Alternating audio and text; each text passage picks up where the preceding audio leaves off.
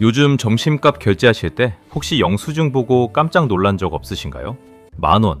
한 장으로 먹을 수 있는 게 별로 없네? 라는 생각이 들 때마다 저도 가슴이 철렁 내려앉곤 합니다. 뉴스를 보면 어떤 날은 수출이 회복세다, 반도체가 살아났다라며 희망적인 이야기를 하는데 막상 우리네 식탁 물가나 대출 이자를 보면 한숨만 나오죠.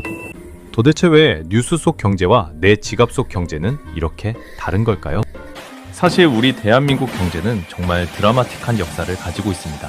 6.25 전쟁 이후 폐허에서 한강의 기적을 만들었고 1997년 IMF 외환위기도 온 국민이 금을 모아 이겨냈죠. 우리는 늘 위기를 기회로 바꿔온 저력이 있는 민족입니다.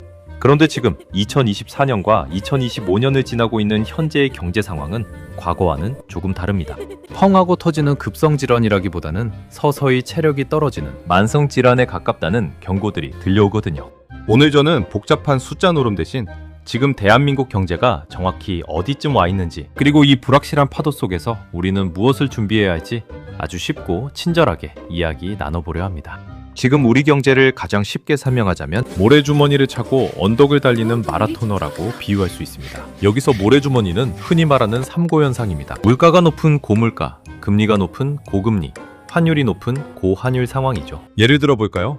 여러분이 마트에 갔다고 상상해보세요. 예전엔 사과 한 알에 1,000원이었다면 지금은 3,000원입니다. 이게 고물가죠. 그런데 이 사과를 사려고 카드를 긁었는데 나중에 갚아야 할 카드값 이자가 엄청 불어났습니다. 이게 고금리입니다. 심지어 이 사과가 수입산이라면 달러가 비싸지니 사과를 들여오는 원가 자체가 비싸져서 가격이 더 오릅니다. 이게 고환율의 영향이죠. 지금 한국 경제의 가장 큰 딜레마는 바로 온도 차이입니다. 한국은행이나 정부 발표를 보면 수출은 괜찮다고 합니다. 맞습니다. 반도체나 자동차는 해외에서 꽤 잘 팔리고 있어요. 그런데 왜 우리는 힘들까요? 바로 낙수 효과가 예전 같지 않기 때문입니다. 쉽게 말해 대기업이라는 큰 물탱크에는 물이 좀 차오르는데 그 물이 아래쪽 논밭으로 흘러내려오지 않고 있습니다. 오히려 높은 금리 때문에 대출이자를 갚느라 쓸 돈이 없으니 지갑을 닫게 되고, 손님이 없으니 자영업자는 폐업하고 다시 소비가 줄어드는 내수부진의 악순환이 계속되고 있는 겁니다. 마치 몸에 버리는 뜨거운데 손발은 차가운 수족냉증 같은 상태라고 볼 수 있겠네요. 그런데 여러분, 단순히 물가와 금리만 문제일까요? 여기서 우리는 조금 더 불편하지만 반드시 마주해야 할 진실 하나를 꺼내야 합니다. 바로 구조적인 변화입니다. 과거에는 경기가 안 좋으면 정부가 돈을 풀거나 건물을 지어서 경기를 부양할 수 있었습니다. 하지만 지금은 그 약발이 잘 먹히지 않습니다. 왜일까요? 가장 큰 이유는 사람입니다. 생산하고 소비할 사람이 줄어들고 있습니다. 인구 절벽이라는 말 많이 들어보셨죠? 경제학적으로 인구 감소는 단순히 아이들이 줄어든다는 의미가 아닙니다.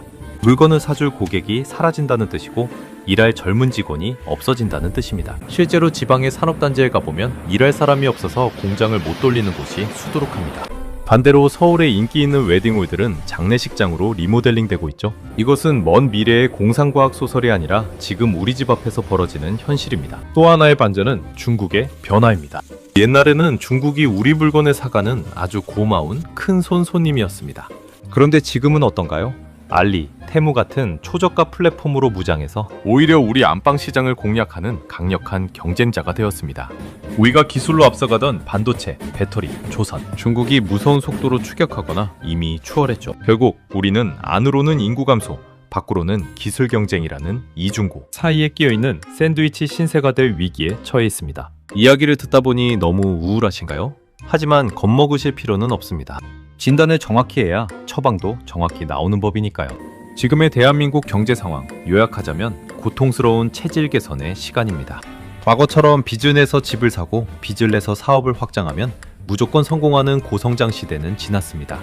이제는 저성장을 기본값으로 받아들이고 생존 전략을 짜야 합니다. 우리 삶에 적용할 포인트는 딱 두 가지입니다. 첫째, 현금 흐름, 캐시플로우의 확보입니다. 무리한 영끌보다는 매달 꼬박꼬박 들어오는 소득 파이프라인을 지키는 것이 그 어떤 투자보다 중요합니다. 둘째, 나만의 경쟁력입니다. 국가도 기업도 기술이 없으면 도태되듯 개인도 AI가 대체할 수 없는 나만의 기술이나 콘텐츠를 고민해야 합니다.